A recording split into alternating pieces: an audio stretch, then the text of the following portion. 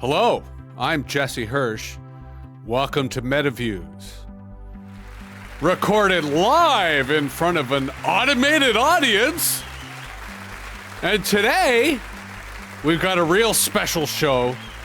Cory Doctorow is helping me ring the alarm because, yes, these are some crazy times. We're recording this on Sunday night. I'm going to release this on Monday morning in advance of Trump's inauguration. Now, Cory, I have a format for each episode, and I sort of have two segments to start, which are kind of meant to be icebreakers. The first is sort of the tradition of all media, which is the news. And this is partly because MetaViews, we publish a daily newsletter on Substack. And today, actually, we were talking kind of a Hegelian dialectic of saying that we've entered this weird moment of synthesis where what used to be the thesis, the neoliberal global order, is kind of now being replaced by a new thesis that we're tentatively calling AI nationalism, but really it's authoritarian nationalism. And so we're just playing with this dialectic. But I sort of, again, say it as an icebreaker because I like to keep our guests on the back of their feet. So is there any news that you think our audience needs to know? This could be personal news. This could be world news. But fundamentally, it's a question of, what are you paying attention to, Cory? Like, given the crazy news cycle we find ourselves in, is there anything you think that's not getting enough attention that you've kind of got an eye on that you think more people should be paying attention to? Well, I try not to let things like the inauguration occupy too much mind space. It's going to happen whether or not I pay attention to it. There's a bunch of stuff that's going to happen afterwards, some of which has been announced that I think, if I were in Chicago, I'd be organizing about the ICE raids that they've announced. But most of it is just, we don't know how much of it is posturing and how much of it is real. And if you recall the last Trump administration, we spent a lot of time worrying about things that he promised to do and didn't do. And, that is it's a very effective tactic, right? To threaten to do something and then make your enemies organize and then just sort of change your mind. And they waste a lot of time. So I'm trying not to put too much energy into it. And instead, I'm thinking about stuff that's sort of more in my immediate horizon. I've been very busy because I've got a book coming out and I've got another book that's in final edits and I've got a podcast series I'm writing for the national broadcaster in Canada. So that's what I've really had my head down on. But things that are not related to those that I've paid attention to lately is this growing dispute around Blue Sky and Mastodon. And particularly, I wrote a long op-ed I'm going to publish tomorrow about how it's a category error to think that the reason that things go wrong is that they are for profit. Not that there's like a good capitalism and a bad capitalism, but there are lots of different kinds of capitalism. Mm-hmm. And, I think it is praxis to pay attention to the different factions who call themselves capitalist and where they diverge from each other. And a lot of capitalism is zero sum. If one kind of if the crony capitalists win, the entrepreneurial capitalists lose, that sort of thing. Trump's brand of capitalism is going to be really bad for a lot of people who call themselves capitalists. And this shows you where the fracture lines are. It shows you how to shatter a coalition that has otherwise been very powerful and has got us, running scared a lot of the time. And I think that when people say, okay, all for-profit social media is bad, all not-for-profit social media is good, social media that's born not-for-profit is good social media that's born for-profit is bad, they're kind of missing the history of software freedom, Mm-hmm. which almost entirely related to products that were born proprietary and for profit and that were liberated by force majeure by hackers. Mm-hmm. Right? Like we took SMB, the network protocol for Microsoft, and we cloned it and made Samba, which is now in every device you use. We took Unix, operating system made by a monopolist called AT&T, and we cloned it, and now it's called GNU Linux, and it's in every device that you use, right? We took the Microsoft Office file formats, and we standardized them and cloned them, and now they're in LibreOffice and every other kind of text editor that you use. They're all standardized on this. And the fact that Blue Sky has got 20 million users, and there's only one Blue Sky server, but the protocol is designed to let there be lots of Blue Sky servers, which would let people leave if the management of Blue Sky went wrong, if the fears about how a commercial operator will run Blue Sky went wrong, militates for like creating those other Blue Sky servers. On Yes. the one hand, because it gives people somewhere to go if things go wrong at Blue Sky, but on the other hand, while venture capital firms like the ones that have backed Blue Sky do pursue profit at all costs, they pursue profit at all costs, not unprofitable ventures at all costs. Yeah. And if doing something that is enshittificatory and makes the users unhappy and causes them to leave costs the firm money, the VCs are far less likely to lean on the management to force them to do it, right? And so it creates both a set of incentives that cut against the impulse to exploit and extract from users, and also gives users a way out. And I realize that the difference between me and some of the people I'm arguing with on Mastodon is, while I like Mastodon, I am not a Mastodon partisan. I am an anti-enshittification partisan. Right. My right. mission is not the triumph of Mastodon; it is the end of enshittification. Well, and I think the whole point of portability is we don't want there to be one. We want there to be a diverse ecosystem. Can you comment? Can you comment briefly on the Free Our Feeds initiative? Well, that's what I'm thinking of, because I put my name on it, and a lot of people got angry. And they're like, why are you helping these people raise $30 million when we could spend $30 million in the Fediverse? And I'm like, we should spend $30 million in the Fediverse. And I don't see how it's mutually exclusive either. Yeah. I mean, I don't have $30 million and I don't have $60 million. So this is a largely academic question, as befits my own ability to fund projects. But there are a bunch of Mastodon features that I think would be better if they were Blue Sky's version of them, like composable moderation. Some of the recommendation stuff is really good. The way that they handle usernames is really good, where your domain can be your username. It's really portable and exciting. But there's one feature Mastodon has that Blue Sky should have, which is federation, not portability. You said portability before. I don't know if you were speaking loosely or not, but portability is, broadly speaking, the ability to move your data from one service to another. I don't think it matters that much with social media. There's some people who use social media in a way where the data there really matters to them. But the thing that keeps people stuck to social media, the reason people don't leave Facebook when Facebook goes bad, is not because they care about their old posts. It's because they care about their friends. Mm-hmm. And so that's why federation and interoperability are important, because then you could leave Facebook, you could go to Mastodon, and you could continue talking to the people that you left behind on Facebook. And yeah, maybe you wouldn't get your old posts. That is not Life a thing goes that I on. think Yeah. is sticky. Yeah, it's not sticky. It's sticky for some things. It's probably sticky for photographers on Instagram, or photographers on Flickr for sure. And if you look in the memos of the lawsuit against Facebook, the government antitrust case against Facebook, there's some internal memos where they were rolling out Facebook photos, and the program manager in charge of Facebook photos sends Zuck a memo that says, we're going to make this really good because we don't want people to go to Google Plus, which was a concern for them at the time. If we can convince them to put all their family photos in Facebook Photos and then make it so they'll have to lose them if they leave Facebook, then they'll stay on Facebook even if Google Plus is better, right? That's sort of what the substance of the memo is.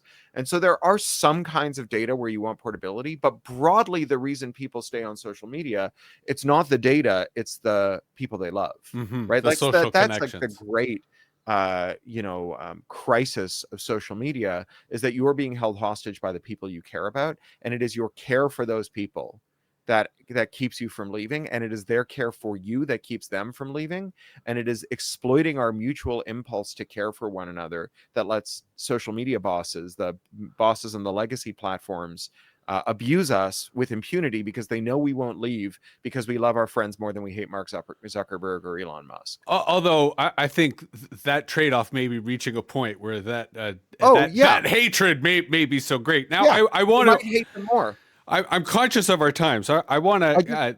Let me say one more thing about this. Sure, but let me segment that into our "What's the Future" feature, because I think you are talking now about the future. Sure, please. Sure. So everyone's seen that fantastic documentary Fiddler on the Roof, and in Fiddler on the Roof, you have the Jews living in the shtetl, and I think it's Belarus or Ukraine or something, Anatevka, and every 15 minutes the Tsar's Cossacks ride through and kick 6 kinds of shit out of them. And in the end, they leave, right? The Tsar actually kicks all the Jews out of Russia. And that's the tragedy, right? They leave the place where they've been beaten up for the last 2.5 hours. And the reason it's a tragedy is they have nothing except each other.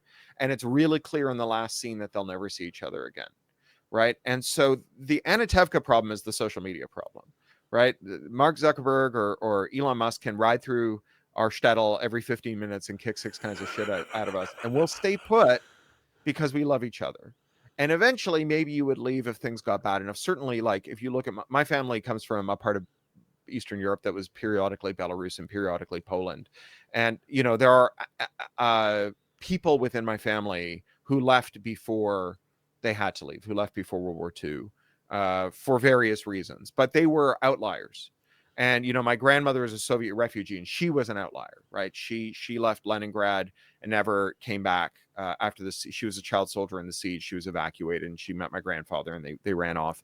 But none of her family did. They all stayed and they're all screwed now because, you know, St. Petersburg's not a good place to be right now. And, you know, it was because they were holding each other hostage. And my grandmother, you know, between trauma and marriage and becoming a mother at 15, she just broken all of it. So what's the future? Well, you know, if you live in Berlin and if you lived in Berlin in 1950 and you wanted to try moving to Paris, if you lived in East Berlin, you would have to risk everything, go over the wall, never see your family again, and lose every possession you have. If you live in Berlin now and you want to try living in Paris, you just get on a train and maybe you come back again, right? And you can make all kinds of choices. And I think the future is that we make it that easy to leave social media, that we create some mix of mandates. So the European Union has the Digital Markets Act, and we'll see how that's enforced because they just fired the commissioner who was responsible for it, Vestager, and they replaced her with a big tech-friendly person that, you know, Nick Clegg's last act was getting this person in. So they are going to mandate certain kinds of interoperability, starting with messaging. So you'll be able to go from like iMessage to, well, iMessage for some reason is excluded, but you'll be able to go from like WhatsApp to Google Messenger as easily as you can switch from T-Mobile to, you know, Google Fi or whatever, right? Where you can just change numbers. No one knows you've changed. They continue to message you at the old place. You reach them and so on. So that's we could bring that to social media with a mandate. We just have a law. We could also remove the IP protections that firms use to block people who just do this by force majeure, right? Who reverse engineer and modify the way these programs work without the cooperation or the consent of the people who made the programs. And, you know, there's a whole suite, it's like a thicket of IP laws, anti-circumvention, tortious interference, trademark, patent, copyright, contract, all this nonsense. And we could just clear that away. And when you ask about the future, one thing I'm really interested in, I am a Canadian. We're like serial killers. We're everywhere. We look just like everyone else. And Canada has a bunch of these IP laws because it was part of NAFTA and then part of the sequel to NAFTA, the USMCA. And basically, we were promised access to American markets if we would make it a crime to reverse engineer a car so an independent mechanic could fix it, to reverse engineer a printer so that you could put anyone's ink in it, to reverse engineer a social media network so that you could hop from one to the other, to reverse engineer a pacemaker so that you could add your own security patches if it was not secure and up to date, right? All of these things that we've given up that are a gift to large American firms in exchange for tariff-free access to U.S. markets. Trump has said that he's going to impose a 25% tariff in 48 hours as we speak, right? So if he imposes a 25% tariff on Canadian goods, Canada could retaliate with its own tariffs, which would make everything in Canada more expensive. That would be very stupid. Or we could say, actually, we're going to have the same engineers who built Research in Motion and sold you the BlackBerry and built Nortel and sold you your switches. We're going to have that same engineering talent trained in the same institutions, start reverse engineering American products and making add-ons that anyone in the world can buy. A Canadian app store for iOS that charges you a 5% commission instead of could we do that? commission. Could we do that to Chinese tech too? Yeah. Like instead of saying get out Huawei, the opposite. Say, come on, give us your tech so we can reverse engineer we'll reverse engineer it and we'll write alternative firmware for it and so on. Yeah, absolutely. I mean, and honestly, China could do that to the United States. There's no like the Politburo would benefit significantly from having Tencent run an app store for iOS, right? It would just give them like lots of you know, levers of control that they currently wish they So had, where they now, you I'm know, I'm curious. Have you been following the Red Note kind of quote unquote yeah, protest? What are your thoughts there, both in terms of where we started this with the social relations that keep us bonded under the apps, yeah, but this very symbolic moment amongst young Americans who are kind of yeah. telling the government to fuck off. Well, look, anytime young Americans tell the government to fuck off is a good day, right?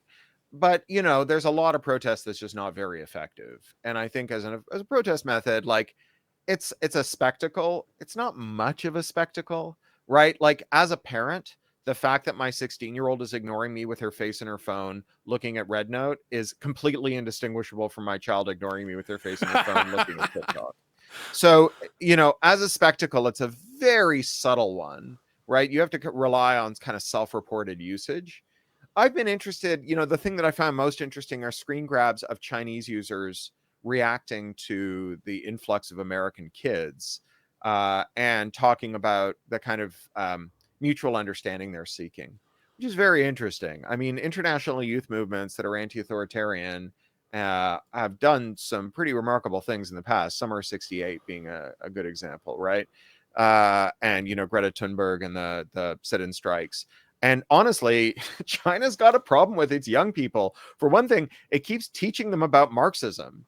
And then they're like, wait a second, we'd like to do some Marxism now. And the Politburo is like, no, fuck off. You can't support those wildcat strikes, right? Like, your job is to support communism with Chinese characteristics. I know we made you read Lenin. Please stop thinking about what Lenin said.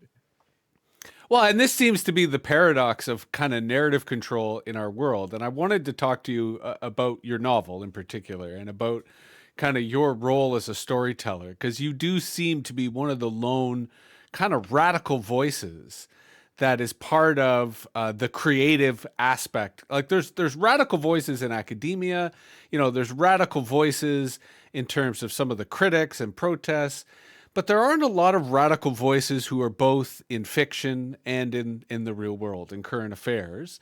And Yeah. I'm Stan kind of Robinson. right. But I'm curious, especially with this novel. You kind of used history, and Yeah. you did this at the start of our discussion today when you were talking about the history of hacking, right, and the history of Yeah. modding and of people making things better. What is it about this moment that, outside of just the way in which you talked about your relationship with your publisher and how this book kind of evolved, but why do you think the start of the early days of enshittification, the early days of the computer revolution, why is that a good time for us to be thinking about the now, especially given Yeah. the authoritarianism that's rising? Well, so I'll hold up the book here and do the promo thing. Picks and Shovels is a book about Martin Hench. He's my two-fisted crime-fighting forensic accountant who is in two other novels, these two here, Red Team Blues and The Bezel, that have come out over the last 2 years. So I wrote a lot of books during lockdown. I wrote 9 books during lockdown. And in the first book, we meet him, and he's 67 years old and retiring, and it's his last job. And my agent and my editor liked this well enough that he bought 2 more of them. And I was like, but he's retired now. And then I realized I could tell them out of order. Yeah. And that, like, I wasn't foreshadowing anymore. I was like backshadowing. And like, the more detail I put in, the easier it got. And I would look really premeditated, even though I was just like winging it. So it's been like a really effective kind of writing process. And Picks and Shovels is his first adventure. It's set in the early 80s during the weird era of the PC. And he's in San Francisco and he's got his first job, and it's working for a company run by a Mormon bishop, a Catholic priest, and an Orthodox rabbi. Sounds like the setup for a joke, but the joke is that it's a predatory Ponzi scheme that preys on faith groups and does pyramid selling within faith groups of these PCs that are booby trapped, so that you have to buy all of your consumables from them. Like the printer sprockets are a little further apart than a standard printer sprocket. So you have to buy paper from them that costs 10x what normal paper costs, right? Their floppy drives are likewise given. You have to buy their blank floppy disks and so on. Marty realizes he's working for the bad guys, and he goes to work for a rival that he's been hired initially to destroy. This company started by 3 young women who used to work for them and who've made it their mission to liberate everyone they helped to entrap. They're an Orthodox woman who's been kicked out of her family because she came out as queer, a Mormon woman who's left the faith because she is upset at the LDS's opposition to the Equal Rights Amendment, and a nun who's become a Marxist liberation theologist, and working on helping people in the dirty wars in Central America. And they're all computer virtuosos, and they're all disenshittifying, right? Unfucking these computers that the three wise men, the Reverend Sirs, have fucked and sold to their co-religionists. And Marty helps them. And, the point of this is that there was always an element within computing who saw the opportunity of computers as an opportunity to put people in bondage, to control, spy on people. If you go back to the 70s, you have Bill Gates and his open letter to computer hobbyists, where he says, look, I know the way that we make software is everybody's building their own hardware. Everyone is writing code for it. We're all sharing the code and making it better. It's like a scientific enterprise where you publish your work and then other people peer review it and improve on it and so on. But I have cloned some software from the Digital Equipment Corporation, right, from DEC. I've cloned their basic interpreter. And the cloning part was not a ripoff, but when you copy it, that is. When I do it, it's progress. When you do it, it's piracy. And I insist that no one copy any software ever again without permission, right? I stand athwart history shouting stop, right? I'm King Canute, right? Except he succeeded, right? And he set in motion a world where computer users and computer makers were adverse to one another. And for the next 40 years, we have had an arms race of computer makers trying to figure out how to use computers to disobey the people who own them and do things that are adverse to those people's interests, to hide how they work and to work against the interests of the people who own them. So, your iPhone can run apps that are written by anyone, whether or not they're sold from the App Store. It just won't. It can. It won't. Your printer can use anyone's ink. It just won't. And over the years, what started as an arms race that was usually lost by the companies, right? Because it was a fair fight. And in a fair fight, even though the companies had more resources, they had a harder position because they were the defenders. They had to make no mistakes in their copy protection or their ink lockout or whatever. And then to defeat them, I only had to find one mistake that they'd made. We call that the attacker's advantage. And it's considered unbeatable. Right? You never want to be the defender. In asymmetric warfare, you always want to be the attacker. And so they decided since they couldn't win a fair fight, they'd make it unfair. So by 1998, they got in this law, the Digital Millennium Copyright Act passed, that just made it a felony to do this. So instead of making it technically impossible for you to change your computer so it does what it's supposed to do, what you want it to do, they just made it a felony to do it. And indeed, since then, for the most part, they've made the technology less robust. Why bother making the technology robust against user modification when you can just put users in jail for modifying it? And so this is how we end up in a world where our printer ink, right, black water, costs $10,000 a gallon, and you print your shopping lists with a fluid that costs more than the semen of a Kentucky Derby winner. Great analogy. Place to have arrived, right? And so the point of going back to the early 80s is to say that this tension existed from the year dot. Yeah. There were always people who saw this and said, how can I screw other people? And there were always people who saw this and said, how can I set people free? Back to Mastodon and Blue Sky, right? And there were people who wanted to build a demimonde on the periphery of homebrew computers and homebrew operating systems and so on that you could use to both demonstrate and maintain your ideological purity. And there were people who wanted to storm the fucking gates and smash them open and set everyone stuck inside free, not chide them for being too, soft-headed or to lacking the foresight to stay the hell away from anything Mark Zuckerberg or Bill Gates made, but to set them free, even though they made a decision that, you warned them not to make and that you wish they hadn't, because you love them more than you hate Bill Gates too. Only that means not that you have to stay locked up with them, but that you have to break them out.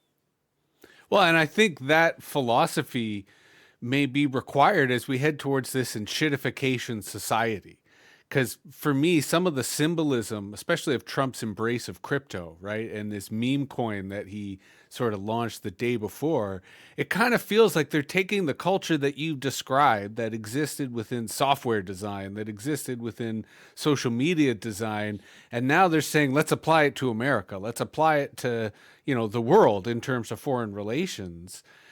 Yeah. Do you I see mean, that? crypto's a very good analogy for Trumpism, because the whole point of crypto is caveat emptor, right? And you remember Trump in the Clinton debate, and Clinton accused him of never paying taxes, and he tacitly admitted it, and he said, that makes me smart, right? If I can get away with breaking the rules, that makes me smart. If I can figure out how to misclassify a worker as a contractor, or if I can and deny them benefits, or if I can steal money out of your pay packet in a way that you can't force me to cough up and disgorge, that makes me smart, right? And crypto is that, right? Whenever someone has their money stolen in crypto, the people who are true believers in crypto will say something like, not your keys, not your wallet, right? Like you made the mistake of keeping your fake money in a web-based online service. We told you not to do it. Caveat emptor, Mm-hmm. right? And caveat emptor is like no way to run a society, right? Because the end point of caveat emptor is, if I can trick you, sucks to be you, Yeah. right? If I can, if that maims you, if that ruins you, if you lose everything, sucks to be you.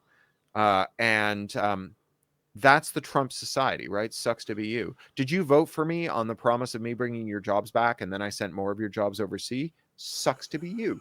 Are you the leader of the fucking Teamsters who came and spoke at my conference and then I screwed union workers? Sucks to be you, right? Uh, and that is the crypto, that is Trump, that is Musk, right? Did you believe me when I told you there'd be full self-driving in 2014 and buy a Tesla in 2015? Did you believe me when I said it in 2015 and bought one in 2016? Did you believe it in any of the years since, when I've announced it as being within 12 months every year since 2014? Sucks to be you. Now, That's not fraud. That makes me smart. you said something else that I want to tease out, only because it gives us an opportunity to talk about your Kickstarter, which Mhm. there's this paradox. On the one hand, these guys are saying, freedom of speech, no internet regulation. They've gotten the platforms to kind of bend to them in advance of this new regime. But as you alluded, the ultimate regulation of the internet is copyright. Yeah. Every platform, almost every piece of technology, almost in a very stupid, heavy-handed manner, copyright and i.e. the enforcement of private property tends to Right. be the basis upon which this regulation happens. And that's why you're using Kickstarter, and you're taking a much different Yeah. approach to market your book. Explain that, especially the Yeah, politics sure. of why you're doing that. So I mentioned the Digital Millennium Copyright Act. This law passed in 1998 and brought into Canada by Tony Clement and James Moore in 2012, Bill C-11. And under this law, removing a digital lock is illegal, even if you own the thing that's behind the lock. And what that means, practically speaking, is if you want to sell an audiobook on Audible, which controls 90% of the audiobook market, they're a monopolist that was acquired in a predatory illegal acquisition by Amazon in 2008. You have to allow them to lock up your book with their digital rights management, their encryption. And that means that your listeners, your readers, can never take those books out of the Audible app and put them in an app that's not blessed by Audible, which means that you can never leave Audible, because if you leave Audible, your readers have to give up all their books. And so this has been used to screw readers. Audible was experimenting last year with ads and audiobooks, and it's been used to screw writers. So Audible got caught through something called Audiblegate using an accounting trick to steal $100 million at least from audiobook creators. And so, both, they get you coming and they get you going. So I don't allow any of these digital locks to be used on any of my books. And as a result, none of my audiobooks are carried by Audible. And so my publisher is Macmillan. They're, one of the big 5 publishers. And they, to their credit, really acknowledge that this is a good fight to be fighting, but they don't want my audio rights if they can't sell the audiobooks on Audible, because nobody shops for audiobooks anywhere else. It's 90% of the market. So I keep those rights, and I pay unionized talent, right? This case, Will Wheaton, SAG-AFTRA member, to record my audiobooks. I pay into the SAG-AFTRA fund. I pay professional director and studio and sound engineer, and I pay them the going rates. I don't go on Fiverr. I don't go overseas for cheap labor. It costs a lot of money. It's a kind of a mid 5 figures expense. It's very hard to recoup that if you only sell the audiobooks in these stores that are great, and I'll name some of them in case you're thinking of getting shut of Audible and finding your way to a more free audiobook world. Libro.fm, and Libro.fm lets you nominate a local bookstore on the grounds that you're probably going in there and browsing the books and then buying the audiobooks at Libro, and Libro splits the profits with whoever your local bookstore is, which is Smart. great. Yeah. There's downpour.com, but even Google Play is DRM, like allows publishers to decide whether they want DRM. It's not DRM free entirely, but you know, they'll let someone sell without DRM like me.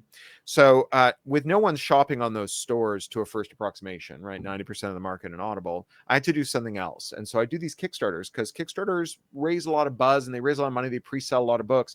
And so I've done 7 of them now, and they recoup the cost and then some. And because I also pre-sell the hardcover and the paperbacks, the previous 2 books, and the ebooks and so on, they also generate a bunch of sales for day 1 of the book, which is great. And they give me a way to talk to people who care about my work directly, you know, in a way that gets more reliably delivered than, say, posting something to a social media account. And so when I go out on tour, I'm going to about 12 cities, starting on February 13th. 14th. I'm going to be in Boston then, and then I'm going all around the US and Canada. You know, that it helps me get people out to the tour events too. So it's a great way to do things. It's been very positive. The audiobooks and ebooks that I sell through the Kickstarter, and then I have my own electronic store, craphound.com/shop, where you can buy my ebooks and audiobooks. They're not just DRM free, they also have no license agreement. So you don't have to click something saying that you won't sell them or loan them or give them away. You get all the rights that you have under copyright as a user of copyrighted works. What I wanted to say, you know, apropos like copyright's fitness to regulate the internet. So first of all, I don't think it's wrong that there is a supply chain regulation for the entertainment industry, right? As someone in the entertainment industry, I want a regulation for the industry that I'm in. Copyright's not a very good one. Maybe it could be. But the one thing that's really important is I don't know why we apply this to people who aren't in our supply chain. Mm-hmm. Like the test that we use to figure out whether or not you are an entertainment industry supply chain member is whether you're handling or making copies of works. And so that used to be a pretty good proxy, right? Like, because it meant you had a printing press or a record factory or a film lab.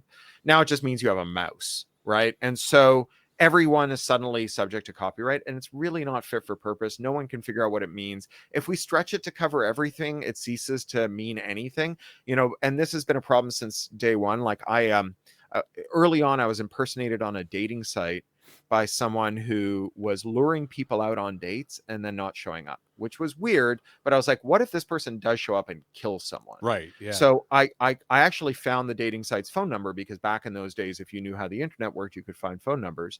And I called them up, and they said, we have no means to report impersonation, but you can report a copyright violation of your photo in the profile, and we'll take that down. And I'm like, this is like uniquely unsuited to it. Because first of all, that's a Creative Commons licensed photo. It's my author photo. I don't hold the copyright to it. But second of all, there are lots of photos of me that I don't hold the copyright to that have nothing to do with Creative Commons. If they're really determined. Me, I don't hold the copyright to it. So does this mean that you only can shut down impersonation when they use a photo you took, and not when they use a photo someone else took whom you can't necessarily find? So it's just not suited for purpose.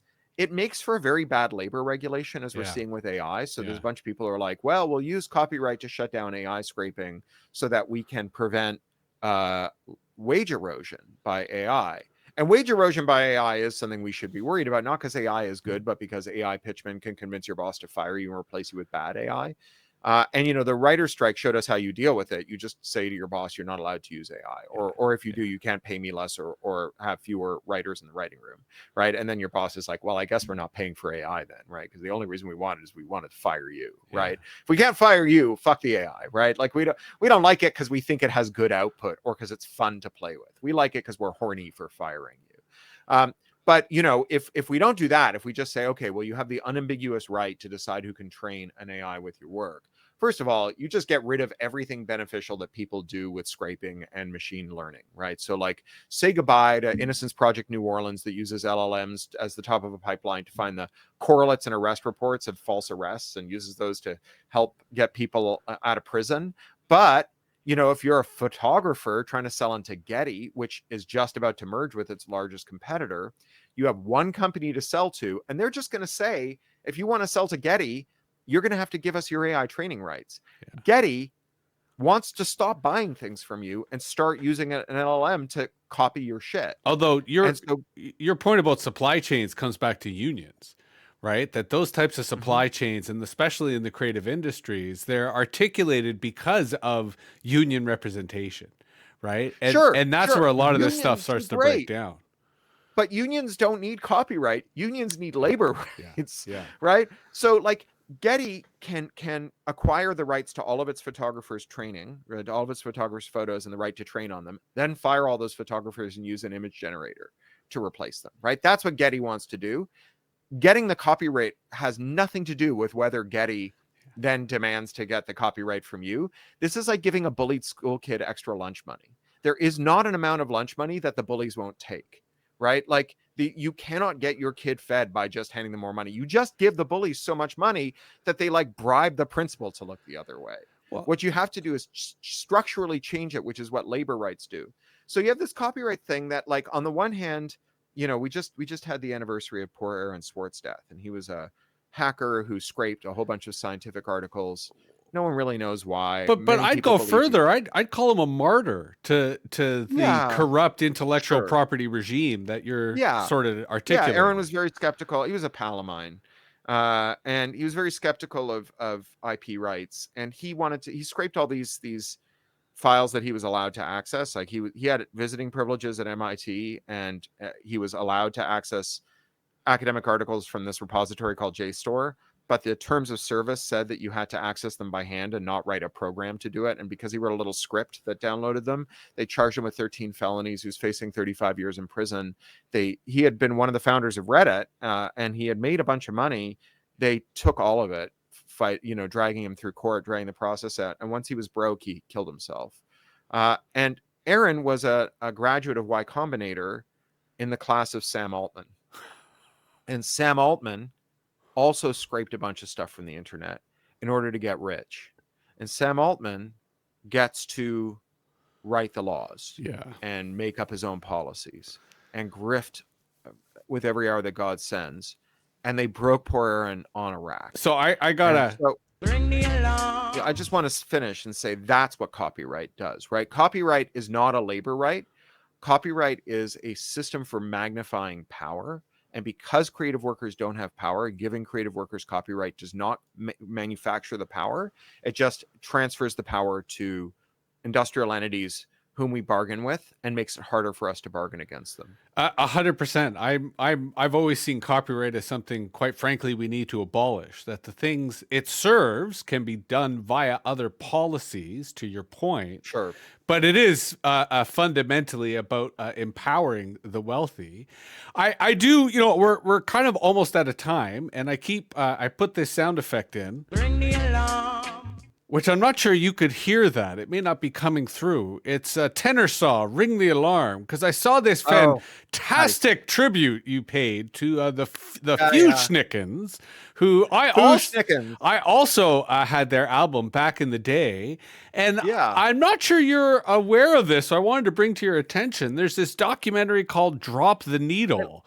About Play to Record. Yes. Yeah. Unfortunately, it's on Prime, at least here in Canada. But I'm sure it's on the, interwebs, torrents. Yes. Yeah. It is an absolutely dope documentary. Well, I loved that store. I mean, I used to, I would get off the Young subway, probably, I think at Wellesley, and I'd walk down, and there are a few shops I'd stop in, including that one. And then there was a roti place next door. I'd get a big roti, and then I'd eat that while I listened to my new music on my walk, and then walk down Queen Street to Baca Books and the Silver Snail and get my comics and my science fiction novels for the week. And that was a perfect Saturday. And then I'd go see Rocky Horror at the Roxy that night. That was it didn't get any better than that. Right on. Bring me along. There, in theory, you heard There it we go. that time. I got it through I your heard it channel. that time. Now, I like to end every episode here of MetaViews with shout-outs. And the point of shout-outs is both to, again, like the news, kind of, is there anyone that you're reading, anyone you're thinking about that you kind of want our audience to know? And I'm going to give a shout-out to two people, Judy Merrill and Emily Paul Weary, only because without the two Aw. of them, I would never have met you or really had a chance to Yeah. really understand the nature of the work you do. So, is there anyone you want to shout out or Yeah, send I'm good looking word up the to? title of this book here in another window. Bear with me 1 second. It's because I'm reading a great book and I'm blanking on the title. Oh, that's it. So Pat Murphy, great feminist writer, early cyberpunk. She has a new book coming out from Tachyon called The Adventures of Mary Darling. And it is part of a tradition of books that she's done where she's retold classic tales from the perspective of minor, usually female characters who are either missing or get short shrift. She retold all of The Hobbit, but completely gender swapped because there are Wow. the only women in The Hobbit is this one elf and then the giant flaming vagina that they throw the Yeah. ring into, Yeah. right? And that the total some total representation of femininity in Tolkien. And Christopher Tolkien, to his absolute discredit, forced Tor Books to withdraw that book from publication on threat of a lawsuit. Boo. It's very good. It's called There and Back Again, and I strongly recommend it if you can find it. I bet the Merrill collection has it. But this is a retelling of Peter Pan. Wow. And it's a feminist retelling of Peter Pan from the perspective. Do you remember when Wendy Darling and the boys get home from Neverland? There is this coda where you learn that Peter Pan had taken her mother away too. And that this is a family tradition, that the mother had also been in Neverland. This retells it from the perspective of the mother, who is horrified that her children have been kidnapped by the monster who took her to Neverland when she was a girl. And Sherlock Holmes is in it as this like dickhead chauvinist asshole who makes a wonderful foil for Mary Darling.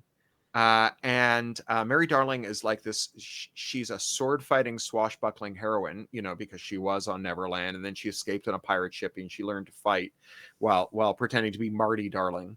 And it is very funny.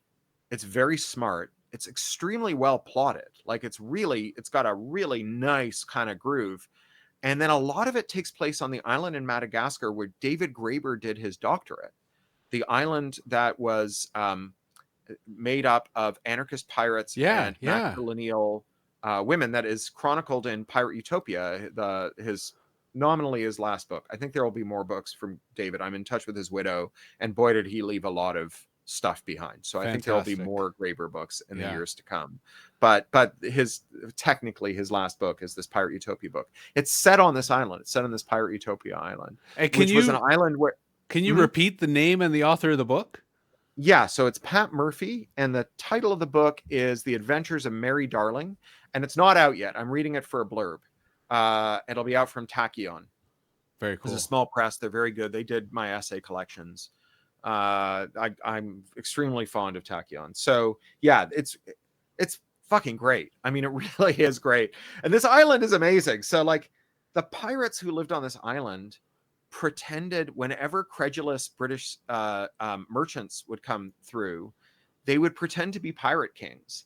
And so they would like, one of them would be nominated the pirate king. The rest would give him all their loot, and he would build like a treasure room, and he would sit at the end of it. And the rest of the pirates would pretend to be his court. And all the Malagasy women who were matrilineal and like tough as hell would pretend to be like the harem. And they would put on the show for these credulous British merchant sailors who would then go home and say, there are these pirate kings in the South Seas.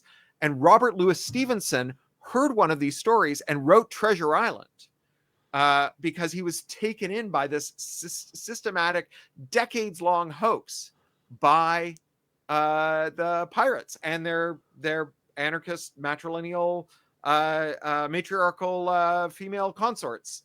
And there's like they are distinct ethnic groups still on this island. The descendants of pirates and matrilineal Malagasy, And do they not still have matrilineal, like matriarchal Malagasy women. They're a distinct ethnic group. They have a different dialect and whatever. That's what David did his doctorate on. It was an ethnography. Do of they this have group any of that- the politics or culture still? Yeah, a ton of it. Yeah, they're like crazy anarchists. Far out. Yeah, it's great. They're still the matriarchal and they're still anarchists. Right on. Right on. Well, thank you, Cory. This has been fantastic. I suspect the Kickstarter is going well. It is. I think we're about to. When I left, it was just about to break 98,000. Yeah, we're $97,990 right now. Right on. Which is pretty good. But a lot of that is things that things like hardcovers where I don't get all of the money. I get a small fraction of the money. Yeah. But I am 250 copies away just in audiobook sales from breaking even on this audiobook. And if I do that, then every dime I make off the audiobook for the rest of time is profit. Right on. And for people to find you on social, I see you're still on X, on Mastodon, other platforms that you are active? If you go to pluralistic.net, across the top, that's my daily newsletter. Across the top, you've got my RSS feed, Mastodon, Medium, Tumblr, and Twitter. Right. And then there's a podcast feed as well. So you can get all of that stuff there. And I love on X/Twitter, your non-consensual blue check. You're like, I ain't paying for this shit. Yeah, that's right. That's right. Yeah, it's a scam. He's giving blue checks to people who have a lot of followers to make those followers think that someone they find reputable thinks blue checks are worth paying for. It's just as they would say in Section 5 of the Federal Trade Commission Act, it is an unfair and deceptive business practice.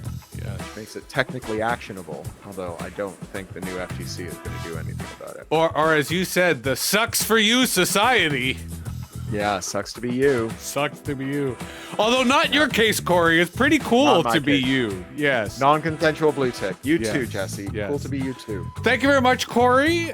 For those listening, thanks again for listening. Metaviews everywhere you can find us on social, and we'll be back soon. All right. Take care.